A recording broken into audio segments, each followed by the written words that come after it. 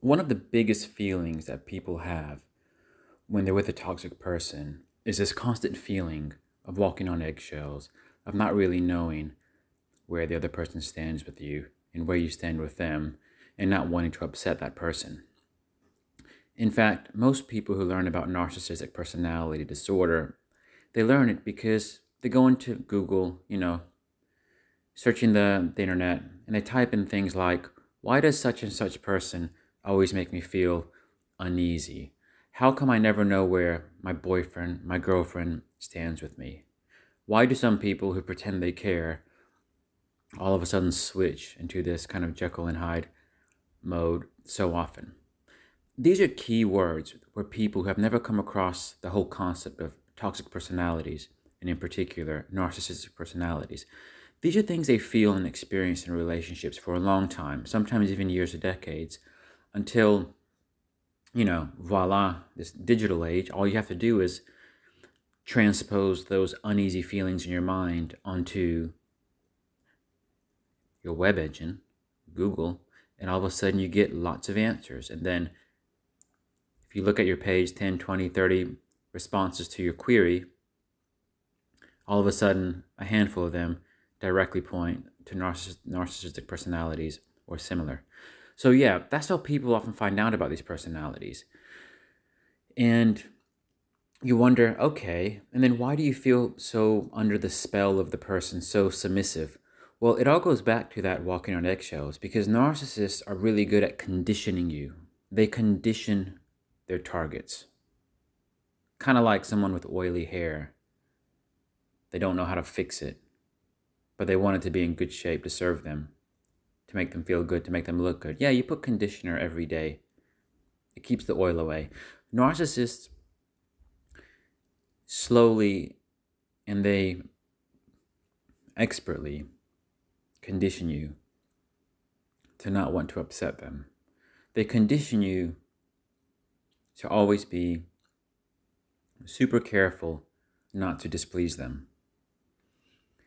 And they do that by having disproportionately upset responses to things that you do that are just things that would just slightly irritate the common person. For the narcissist, it can be disproportionate. And all of a sudden comes a punishment from beneath the belt. You don't really see it coming. And narcissists are really good at punishing you in ways that have a lasting effect on you. Narcissists hate receiving narcissistic injuries, you see, and that's why they're always conditioning their targets. The more they teach you to be careful about what you say, what you do, who you hang out with, and that's just where it starts. And then it goes on to things like, be careful not to be too happy, be careful not to be too optimistic. You can only be happy or optimistic if you're stroking their ego, if you're making them the center point. But if you're ever too happy or optimistic about anything else, potentially the punishment comes. But they train you by delivering these punishments, by delivering these disproportionately unfair responses towards you and reactions over time. But because they show themselves to be a very nice, charismatic, loving, love-bombing, manipulative, but yeah, you kind of ignore that red flag. Push-pull, you kind of ignore that too. You only saw what you wanted to see at the beginning, and you've imprinted that. And all of a sudden, over time, they would have been upset with you. They would have devalued you through certain actions on your part. And then they teach you to be very careful around them. The fact that you're constantly on edge around the narcissist, the fact that you're constantly making them at your center point because you would rather upset anybody in the world but them, it means they are the center of your world. No matter what you do or say to anybody, in a way, you are thinking about them and how they will perceive that action, those words, those dialogues. And once you're kind of in that vortex reality, which is you must please them, even though you don't really know what could set them off, you're very careful not to want to set them off. You're experiencing chronic anxiety, chronic stress, chronic anxiety and chronic stress, chronic depression even. But oftentimes the anxiety and stress speak more loudly. You start having all kinds of physical ailments. You know, what might start off as chronic migraines, heart palpitations, high blood pressure, maybe some variety of irritable bowel syndrome, later can progress into things a bit more serious. You know, cardiovascular issues, all kinds of these, you know, ongoing high blood pressure, high blood sugar that stress can cause as well.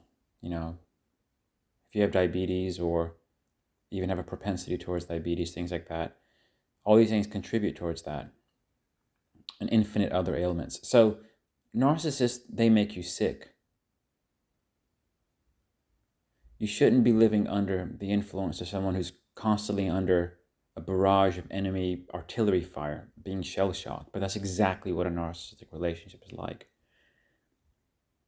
It's the ultimate psychological attack on you.